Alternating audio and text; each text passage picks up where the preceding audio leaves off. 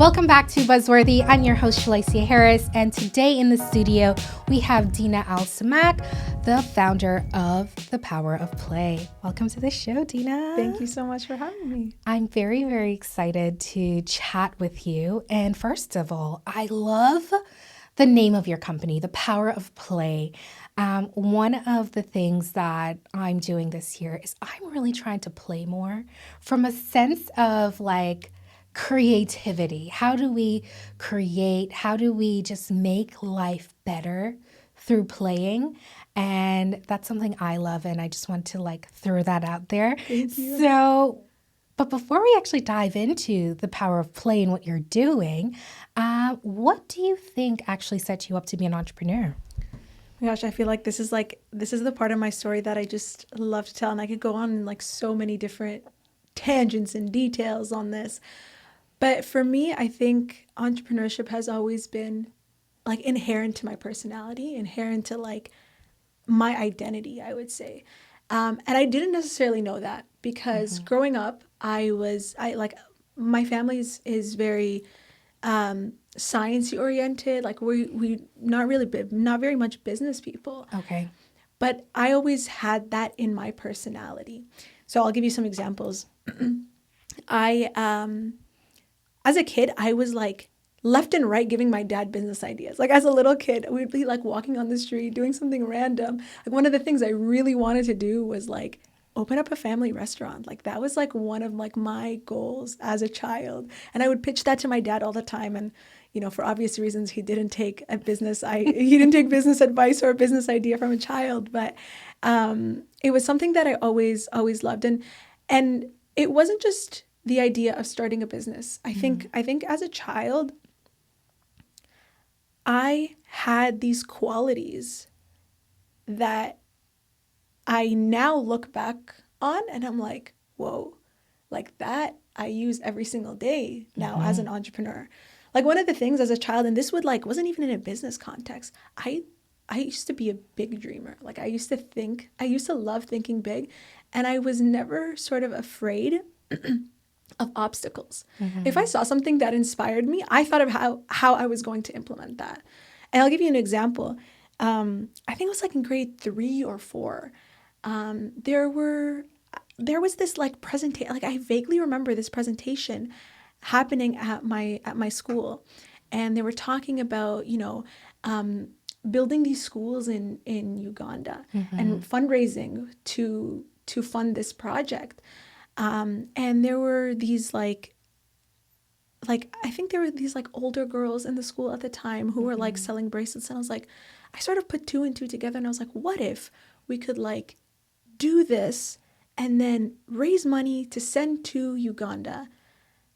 And I think within like days, I like started coming up with a plan of how we were going to do this. So I like assembled like a couple of my friends, and we were like, guys, like let's do this. Like let's make this little like business initiative. And we spent like 2 months preparing these bracelets, and then like sold them at fairs, and like went from class to class and started selling them. And I couldn't even tell you how much we made. We probably didn't even make that much. But there was this like idea, there was this sense of like think big, but also execute on that. Yeah. That I had since childhood. I loved communication. I loved pitching. I was that kid who would like I just loved presentations. Yeah. But I think like I said, I think it was like as a child, I grew up with a lot of these qualities of like communicator. And I'm not saying I'm perfect at them or that I'm great at them, but I'm saying like it's always been inherent, like these things to my personality. Yeah. I think that in itself is really a great marker, is like when you can look back at your childhood, it almost solidifies that everything along my journey so far literally led me to this point. It's exactly that. And it wasn't always in a business context. It's never always the same thing. No, it's not. Like I'll tell you a funny story that I thought of this like the other day, and I was like, wow, like I don't know if I would ever do this as an adult. but as a child, I think it was like, again, like grade 4 or 5, they started like the cross country like run, like the Okay. thing at my school, whatever. Yeah. And I joined that. And let me tell you something. Let me tell you something about me, okay? Running is not my thing. Okay. Mine either. I was not created for it. It was not meant for me. It was just not it, right? Yeah. And but I don't know why. Like I had no reason other than the fact that I made this commitment to this something that I wanted to do, that I wanted to achieve, and I was just not doing well at it at all. But I always showed up. I always came back to it over and over, to the point where teachers were telling me, they're like, "Are you sure you want to do this?" I'm actually not joking. It's very true. But again, like I look back at that and I was like, wow, that's the spirit of resilience. Like you Yes. show up no matter what. Yeah. And like you And the said, strength of a commitment. exactly. And now I'm Yes. like, these are all things that I like implement on Yeah. the day to day. Yeah, Yeah. absolutely. Those are such good reflections. And I'm so happy that you can see your life in that way, because a lot of times I sit here with entrepreneurs and they'll tell me stories of, them as a child, and it's together we'll have those realizations. But for you to be there and know that this is in me and this is like I am capable of this. One of the, I know I have a million reasons for starting this podcast, but I look at particularly today's youth and I think they often feel like we have to do things so perfectly. We have to get things right all the time. And somebody has to teach me this skill in order for me to have it. And the truth is, if you are interested in something enough, just start small. And the tiny little failures along the way are going to refine you over time. Absolutely. And throughout your life, you've become a better pitcher. You've become, a better business idea generator. And now you've got your own business after your dad told you no 5 million times. He's not opening a restaurant. Exactly. So, Exactly. yeah, I think those moments are so critical to us as just human beings to know that if I failed once and I did it again and I moved on and I didn't die, then that's where resilience comes from, is to know Absolutely. that you can repeat something after a failure. And I think it's a muscle. It is a muscle. It's Absolutely. a muscle that you build. There was something that I saw on social media, like maybe like a week or two ago, and it really stuck with me. It was like somebody saying that embarrassment is an underexplored feeling, Yes. an underexplored emotion. And I think that the root of fear of failure is embarrassment, right? But I feel like once you've failed and you've owned your failure, Yeah. and you've come to peace with that because you've seen where it's led you, I'm like, I can take embarrassments left and right now because Yeah. because of, obviously you don't want to put yourself in that situation on Not purpose. willingly, yes. No, willingly, of course. But I mean, there's a sense of like, this doesn't scare me anymore. Yes. Because I've failed enough times, but I've seen that actually my embarrassment and failures were an investment. Right? Yeah. That's just how it goes. Absolutely. Such a great foundation on what, set you up to be an entrepreneur. It's almost like it was written into the stars for you. That's what it feels like. That's what it feels Yeah. like sometimes. That's quite fantastic, because I feel the same way about myself in a lot of ways. But in terms of the power of play, it doesn't really tell us what you do. So I'd love to dive into that really beginning story of where did the power of play really come from? So,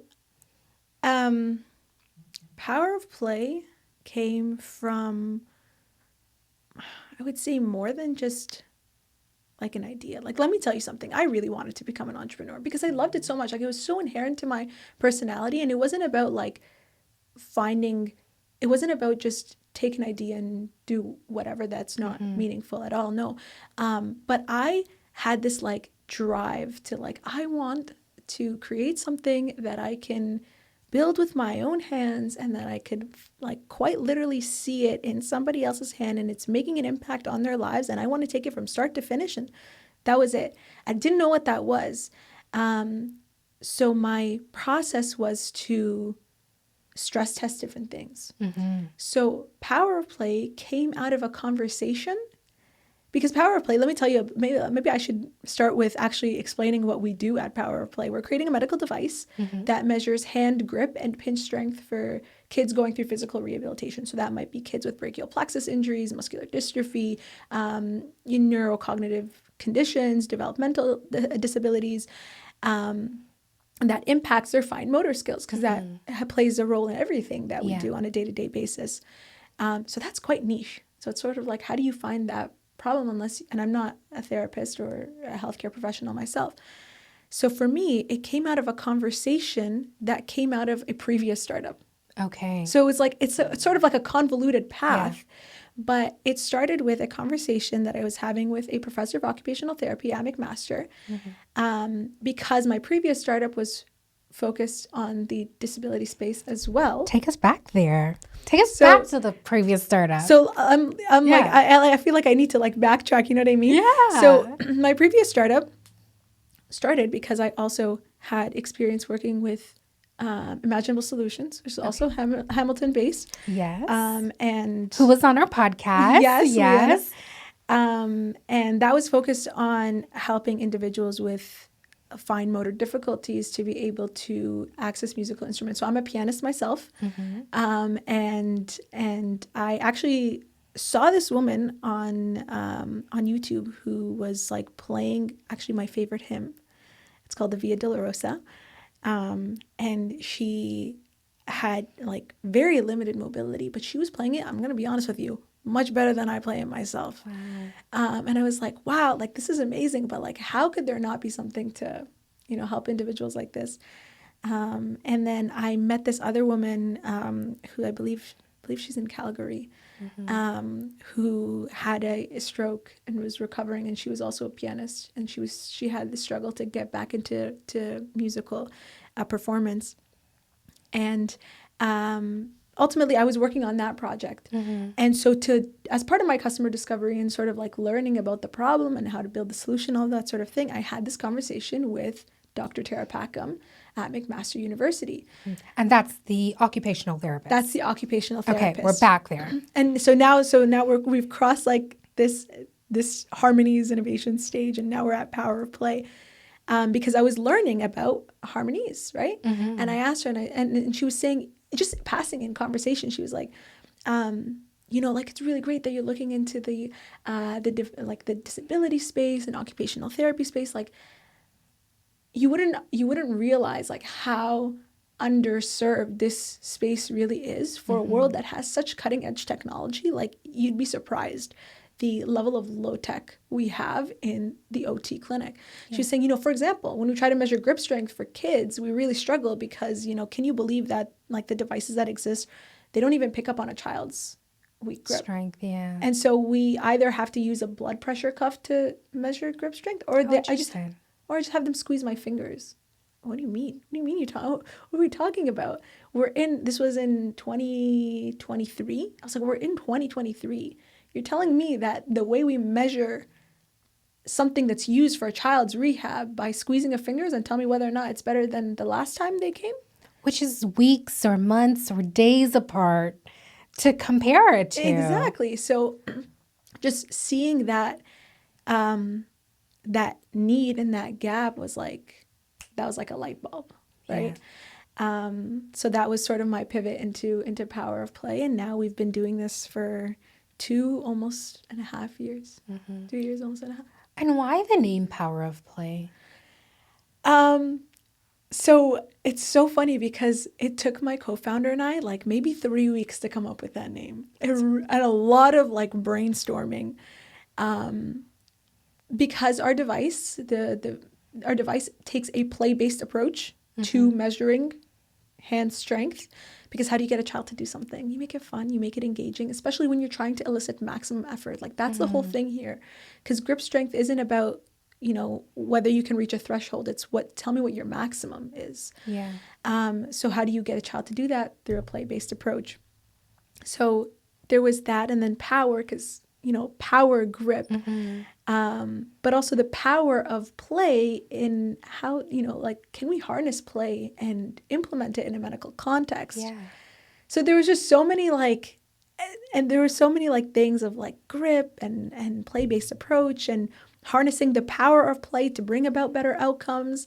And I just love the way that it just like it rolls off the tongue. Yeah. So It's a strong name. There are not many names of companies like I really, really love, but especially in the startup world, because people try to do so many funky things with names. yeah, But I think the power of play itself is quite strong for what you do. And the second you explained what you do in terms of working with children to understand grip strength, and the only way you can play is if you can hold something. That's literally it. Like, yes, some people that might have disabilities can't actually hold for whatever reason, but if you're going through rehab to be able to do that, of course, play is like the top tier thing exactly. that any child wants to do. So, how do you get that child to actually invest in their own therapy Right, through the process? right. Because it might not feel that great for them. Like, I can only imagine, like, I've never had that challenge myself or know anyone with sort of that type of mobility challenge, but I can imagine like having to go to therapy and not loving it because like the most fun thing I'm going to do is squeeze the person's finger that Right? day. Like exactly. Exactly, Yeah. exactly. And we actually had we had done like a research study where we tested our device at a local daycare here in Hamilton, and it was literally it's a tool, right? Like it's a medical device. It is a medical device, right? Yeah. So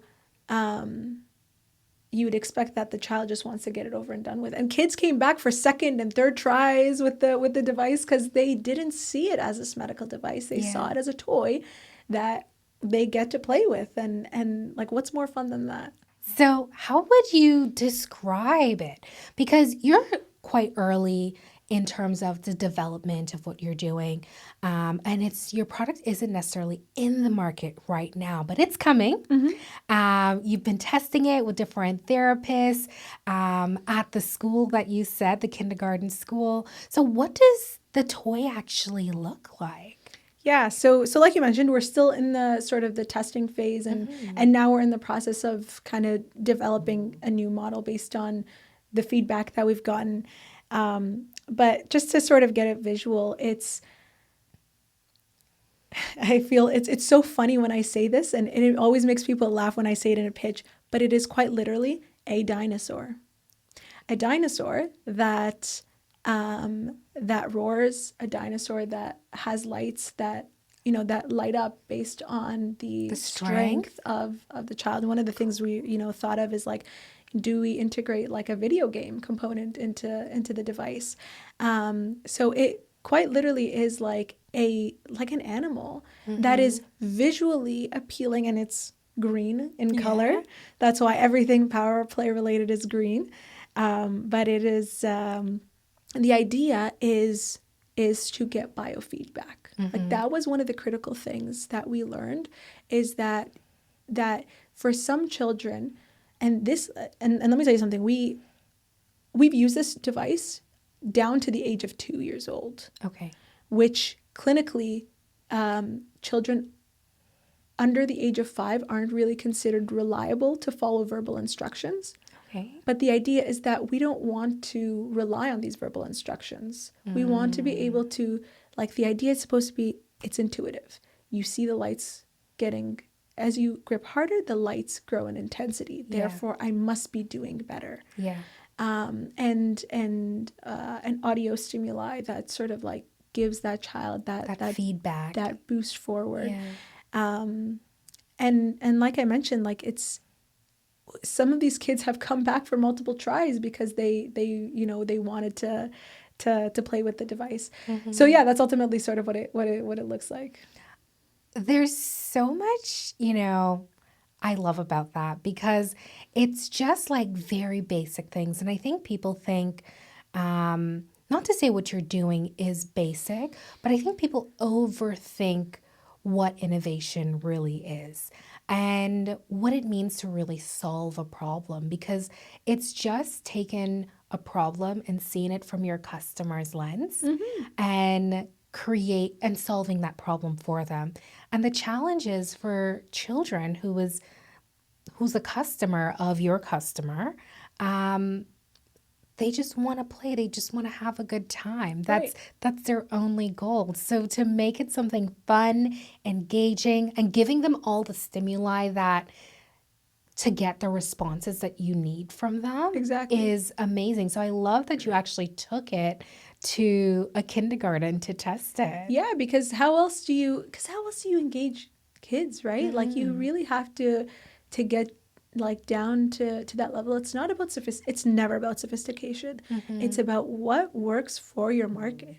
And Yeah. and that's it, right? Like it's not about because I both myself and my co-founder we studied biomedical engineering. My co-founder's still in school, but when we do our design projects, we see people who are coming up with these like really high tech, like insane devices and all this and that, and then you ask the question, what problem does this solve?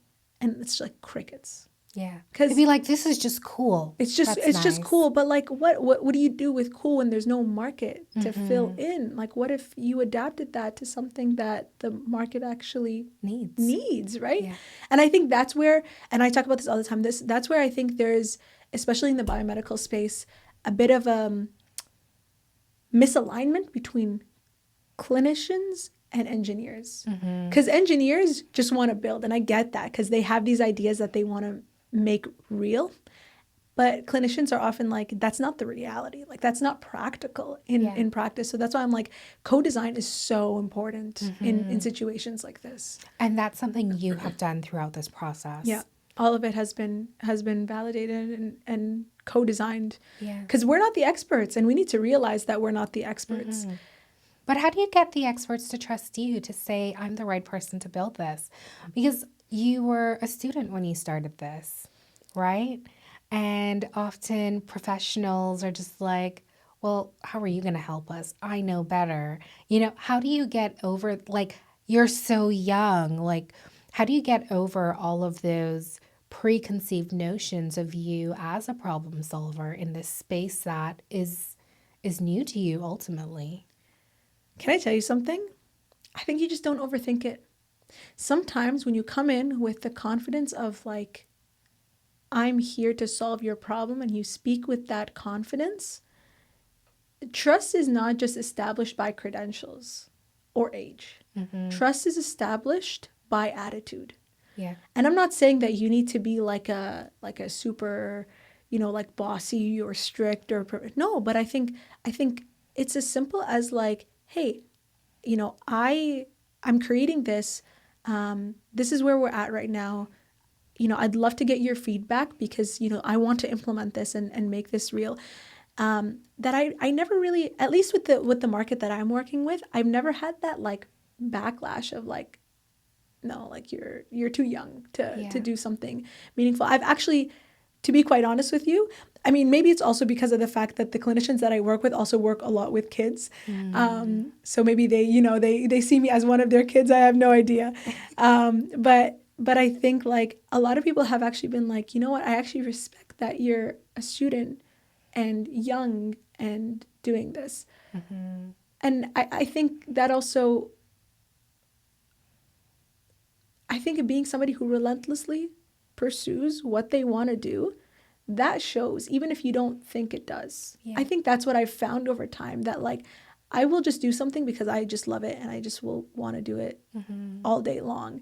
And then I don't realize what impression that's giving off, but it does give the impression of confidence and seriousness. Yeah.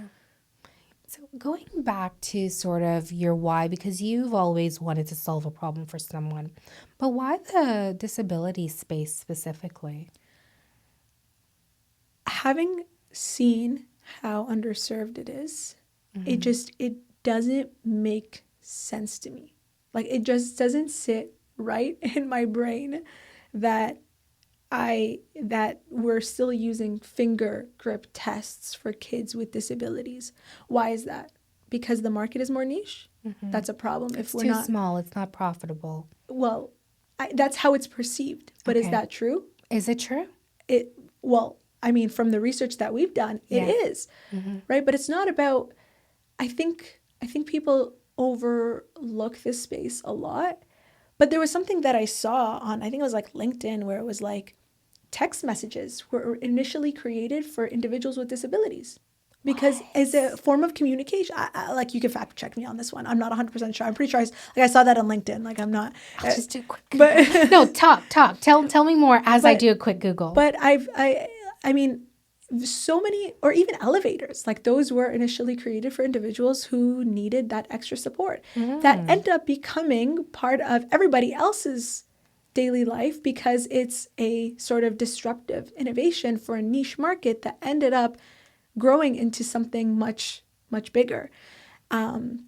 So just for me, like, the disability space is like, it's a space that I think a lot of people overlook. It's a space that demands support, because I think if you have the expertise and the ability to help somebody who may need your support, like, I feel like that's just that's my duty. That's my responsibility. Yeah. This is wild. Fact checked. I guess Google AI checked. Oh, there we go. Gemini. Gemini. Yes. So the question I ask is, were text messages created for people with disabilities? And it said, yes, text messages were developed in the 1980s, partly to allow deaf and hard of hearing people to communicate independently via mobile phones. There you go. Wild. There you go. I love when I learn new There things. you go. And you That's know what? amazing. Maybe one day, many medical devices will take a play-based approach for, not just the disability space, but the entirety of pediatrics, right? I just think... Or just people in general, quite frankly. Exactly. I think play in the world overall has decreased, right? Like, I go back to the days of when I was a child growing up in the Bahamas. Like, we were able to run the streets. We played outside. I climbed trees. Still one of my favorite things to do. And it just sparks this level of creativity in you. And when you play with others, you learn communication, you learn resilience, you learn problem solving, because play is never just an independent thing. Like, even if you see a child just playing with a toy by themselves, they have made up somebody else that is in that scenario with them. So I think just bringing play to the world even more so, and starting in this position where it's helping, children be rehabilitated faster because you can actually measure them, so you can tweak their plans a lot better and faster. You can make leaps and bounds in that way, and it's through play. Exactly. Yeah. Absolutely. Yeah. I love so much about it. Thank you. Yeah. So as you dove into this space, one of the things I think is great about your story is sometimes what you start with isn't what you end with. Oh, absolutely. And coming from, your previous startup, Harmony, where you were really sort of focused on helping pianists that have disability, that market was quite small. But this is now a different market that is bigger, still focused on disabilities, and the impact is that much larger. And I love that because it shows that you have the ability to say, hey, you know what? Maybe this isn't the right or most impactful problem I can work on now, but there's something else. And you would never find that if you never started in the first place. And let me tell you something. The problem that Harmonies was solving is very, deep and meaningful to me. But I knew that it was so niche. Like, it's not like I was blind to it. Yeah. I was very well aware. But I also knew, like, I really appreciated this space in general.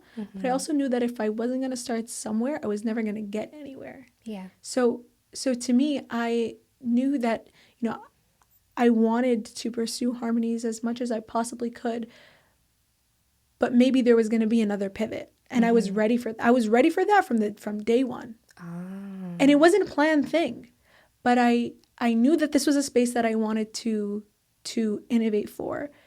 But I was like, maybe it's still in the music accessibility space, or maybe it's not. But if I want to do this, I have to start somewhere. I have to learn. I have to talk to people. That's how you find problems that are worth solving. And again, that's not, let me rephrase that, because that doesn't mean that Harmony's issue wasn't worth solving. It was just, there were a multitude of factors that impacted why I pivoted, and it wasn't just market size. Yeah. And sometimes you just have to choose. You just have to choose at some point. And it doesn't, like you said, it doesn't diminish anything else, but it's, can you take this the distance you want to? Exactly. Yeah. And like, bring that, like, that impact into fruition. You know what I mean? I felt like with Harmonies, like, I knew what the problem was and I knew what I was trying to solve, but I was struggling to see the path very clearly. And even with Power of Play, like, it's never clear, like, right? But when I started and I saw, when I was like emailing these therapists and everyone and having these conversations, like, the way that people were so driven towards the solution and wanting a solution to this problem, I was like, okay, like, the impact is tangible for what I can do at this point in time. Yeah. What did your family have to say about you going into the startup space while still in school and in university? A lot. Let's put it that way. I'm going to start by saying, like, my family is, like, they are my number one supporters. Like, they see that, like, when I talk about entrepreneurship, I never realized this until many people pointed it out. Like, when I talk about entrepreneurship and, like, my, like, you could just tell in my eyes how much come alive. how much I love it, because I really, really, really do love everything about it, even the failures, even the hardship about it. But my parents, like I told you, they don't come from business backgrounds. They also were raised in the Middle East. And in the Middle East, at the time that they were, raised there, there wasn't much like of a startup culture that existed. And they came to Canada. They started their lives basically from scratch. My dad's an engineer. My mom's a dental hygienist. Like, they both had to work really hard to be able to make a living, to be able to, and they came with their degrees, but to actually be able to work, it's like, there's just so much regulation. The barriers are high. The barriers are very high, and getting married and starting a family and all of these factors. So for them, they became very risk-averse people because of that experience that they had. Yeah. But so when I went into startup, it was like, are you sure you want to do this? Like, let me tell you something. Everybody in my family wanted and still wants me to become a dentist. Yeah. Because we've had people in the family who have gone through that path, and it's a proven path to success. 4 years studying, and then, you work at a clinic for a couple of years, and you start your own clinic, and they're like, you want to go into business, like, start your own dental practice. I'm like, yeah. And they're like, it's still a business. It's still a business. and I totally get that. And I can't lie to you. There have been many times where I've considered that as a path. But when you get so much joy, even after so much failure, and you still show up, regardless of the fact, you know that there's something there. You know that there's, like, okay, it's more than just interest. It's passion. Like, my startup can slap me across the face 100 million times, and I'm still going to show up. Do you know what I mean? Yeah. And I think that that's so fulfilling. I think that that's so fulfilling. And they don't always necessarily understand every single part of the startup, but they've learned over time Yeah. what I do and why I do what I do. And I talk to them, like we have conversations all the time about like why it's important to like what this means to me as a startup founder. And I tell them that like I want to do this because it's not just about building a startup, a business, and making money. Like it's so much more than that. It's impact. It's just the person that you become after Yes. after being an entrepreneur, the skills that you learn and how transferable that is to literally, quite literally, every other part of your life. That they've they still ask me some questions about it sometimes, Yeah. but like, are you sure? And and we talk about it, but I think they have a lot more trust in me now. Yeah. I think I like that because I think two things are happening, and I think I believe it's important for people to question you along your Oh, journey, 100%. especially the people that love you the most. Absolutely. Because what I've seen in my own journey, and I'm sure it's true for your parents and your family, is that doing what we do is quite difficult. And to see you through the hard times as an entrepreneur is not just difficult for you, but for the people around you. And so when, they see you go through the hard times, they're just like, but you can make it easier on yourself. You can change that for yourself. But you're just like, no, this is what I love. And I'm laughing because I just had why, this experience. yeah, why I think it's so important is because, like, one, them questioning you is a part of them just loving you and making sure that you're not putting that pressure on yourself to say, well, I've gone down this road, I can't quit yet, because sometimes you do have to walk away from some things. And I think that check-in is sometimes the out some people just need at that moment to know that if I decide to quit, it's okay. But then it's also a check-in that says to you, am I actually going to quit? And then you're like, no, I'm still going. And I think that is super important for us as entrepreneurs, because when you can take a lot of pressure and a lot of pain, like, you will just keep going because that resilience is High there. stress, high pain tolerance. Yeah. Yes, high stress, high pain tolerance. You don't notice it. You don't notice it. And Yeah. so I think it's a great thing. And that's why it's important to have good, caring people around you. Yeah. No, Yeah. my mom says this all the time. She's like, I question you because I don't want you to get so excited about something, not realize like she's not an entrepreneur herself, so she doesn't maybe She understand doesn't quite get the the nuances of it. the mechanics, the nuances. Yeah. But her whole thing is like, I don't want you to get too excited about something and get disappointed afterwards. Yeah. And I tell her all the time, like I think that's part of the game. It is part of the I game. think that's part of the game. Yeah. And I think that success in these sorts of things comes when you stick around long enough. Yeah. And everything has disappointment. Everything. Might as well put it into something that you're passionate about. And if there's a time to like, realistically, when you're 23, 1 year is not going to make or break your life. Life is long. There is a time to learn to build that stress and that pain tolerance and that resilience. Like, the time is now, because you're adaptable. 100%. You're more flexible. And if I tell her, if I ever wanted to go into dental school or medical school, I could still do that, but there'd be more skills that I had developed and more of a character that I've developed over time. Who have you become since you've become an entrepreneur? Oh, the first thing that comes to my mind when you ask me this question is a person of deeper faith. Tell me more. That's who I've become. I've always been, like, I grew up at church. So I've always been, like, my family is very, like, religion oriented and church oriented. And I've always prayed. But I think that this has been a journey where, and maybe this doesn't resonate with everybody, where I've really had to rely on God. Yeah. I've really had to rely on God, where some days I'm like, I have no idea what I'm doing right now, but I can sleep very peacefully at night. Yeah. Because I know it's not in my hands. And when you try to control everything, and when you try to put everything in your hands, it doesn't.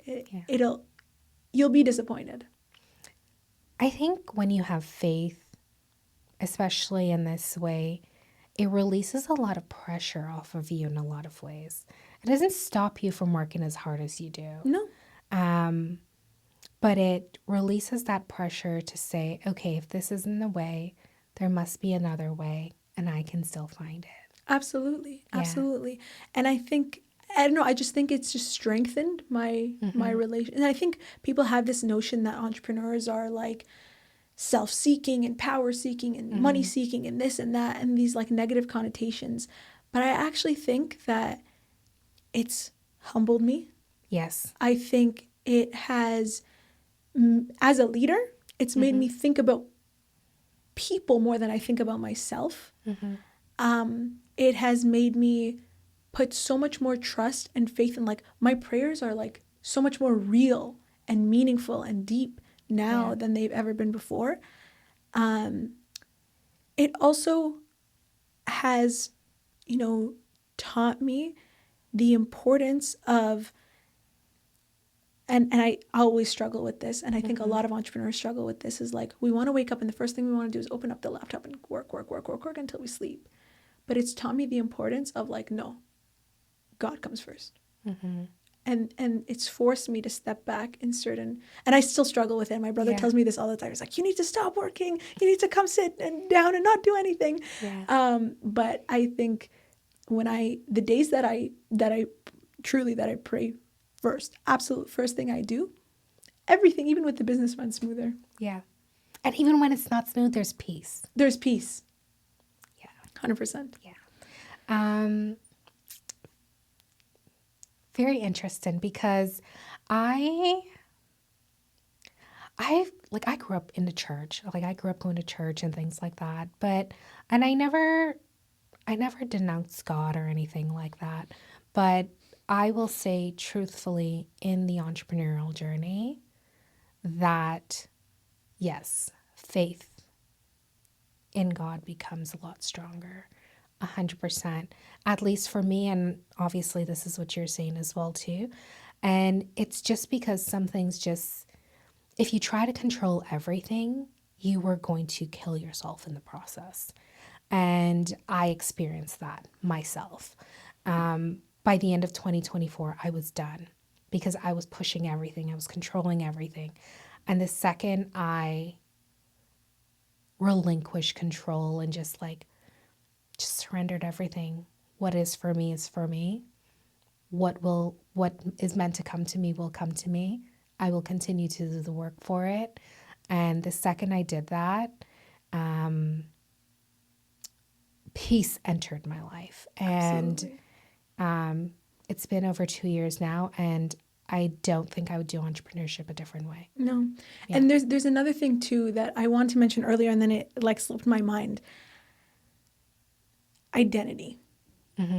Because I think that sometimes as entrepreneurs, and sometimes I catch myself with this issue, is that we really highly associate our identity with our company. Yes. And the success of the company. I've learned that no, my only identity is the fact that I am the daughter of God. Everything else is a service to that. Therefore, it's freeing. It is freeing. It's freeing. Yeah. Because I know that if it doesn't work out today, or if it doesn't work out tomorrow, it doesn't change the fact that I am who I am, and who I am is somebody who's loved by God. Yeah. And that gives you the freedom to work for impact, and not work because you need to prove your identity to yourself or to anybody else. Yeah. Oh, I love that. I really do I love that on so many levels, because I think the issue overall we're having in the world today is people hang their hats on too many identities that aren't them and not for them. And like, one of the things I did very recently is I literally changed my LinkedIn tagline, and the first thing I put is just human. Like, I'm a human being. And for me, what that really meant is I'm imperfect. I am a lot of different things. I am loved. I should be treated with respect. You know, all these very baseline things that I think people forget of. They forget about when they're interacting with someone else.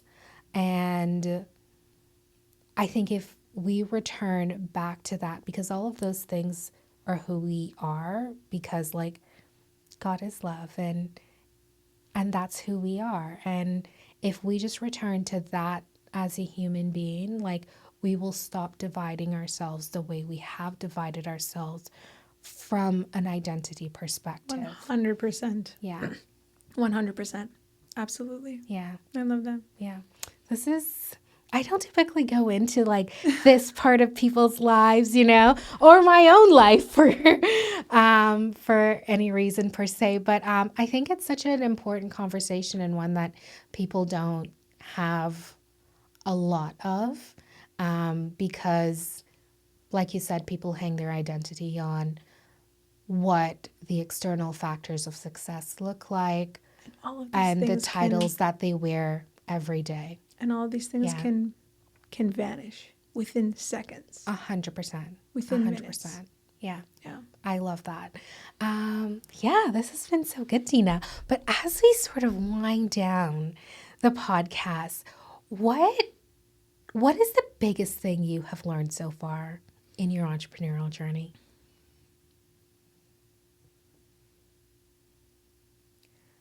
I would say the biggest thing I've learned is put fear to the side. Put fear to the side and walk with courage. Yeah. Walking with courage doesn't mean that you're going to get it right. Walking with courage means this is something that I believe in. This is something that I want to do. I'm going to walk this path because it's meaningful, because it's valuable to me, and because I'm going to fail. And because I'm going to fail, I'm going to learn. And because I'm going to learn, I'm going to become a better person. Because I'm going to become a better person, I'm going to be a better leader. And because I'm a better leader, I'm going to build a better company. Snaps. We're going to clip that. That was so good. Thank you. So true. So true. I love it. That's a really great answer. Thank you. That's a really great answer. What is the one thing you're going to leave behind in your entrepreneurial journey? I think saying yes to everything, because I think that's a problem that we have, is that we think we're like an octopus and that we could do everything perfectly all at once. Yeah. And I think there's something about being able to balance many different things and be a leader in many different areas and still build a successful business and still be in all of these different areas. But sometimes, like at the end of the day, like you said, we're human.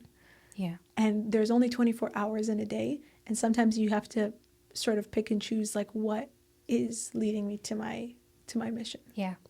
I agree with you.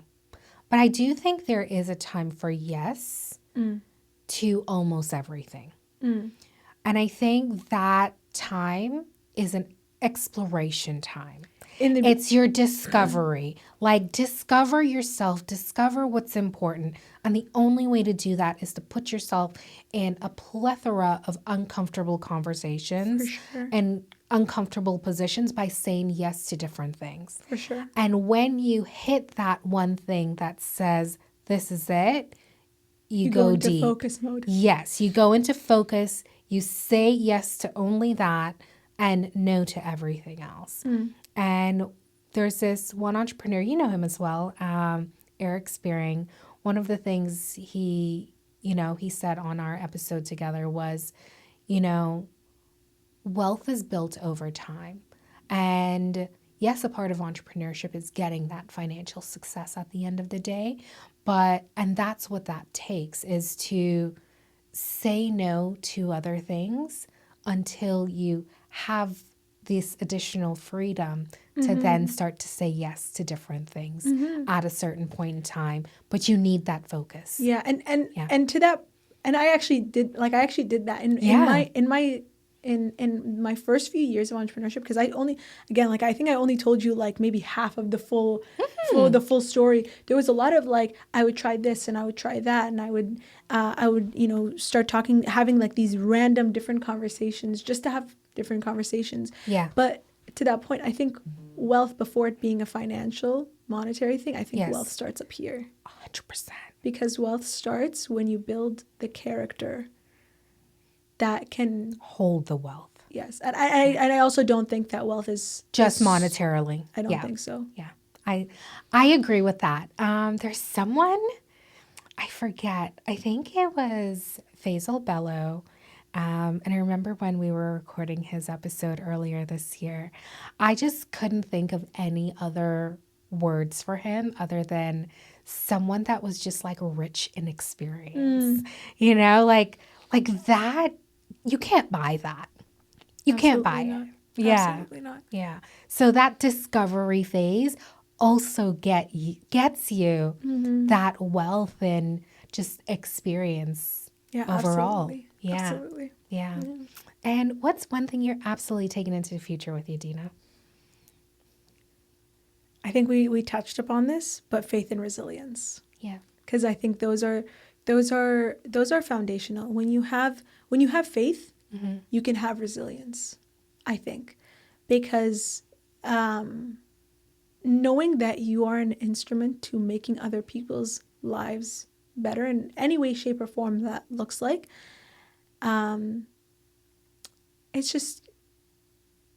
it's purpose-giving. Yeah. It's purpose-giving. And when you are led by purpose, you don't give up. Like, I've heard somebody talk about this when it was like, I think it was like,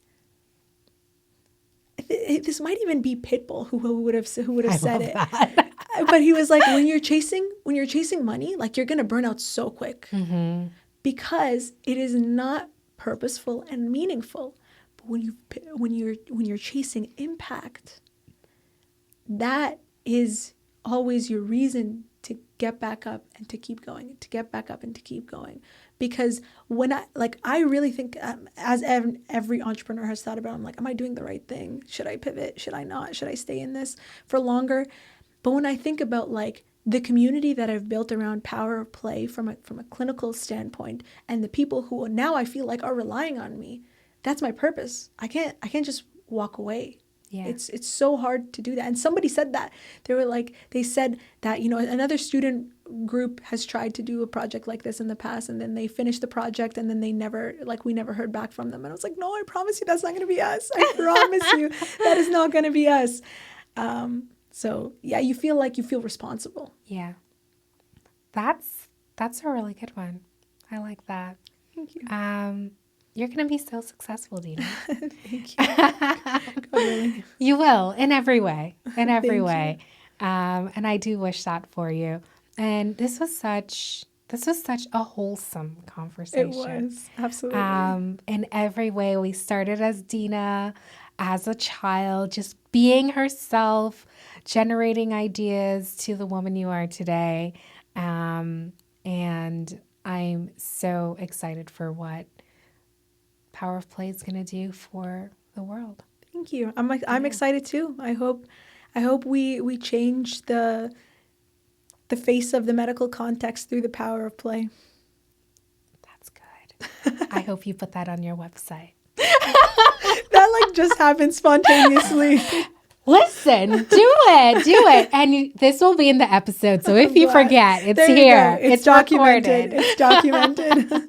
I love it. Thanks so much for being here. Thank you for having me. Amazing. We'll see you next time for our next next episode.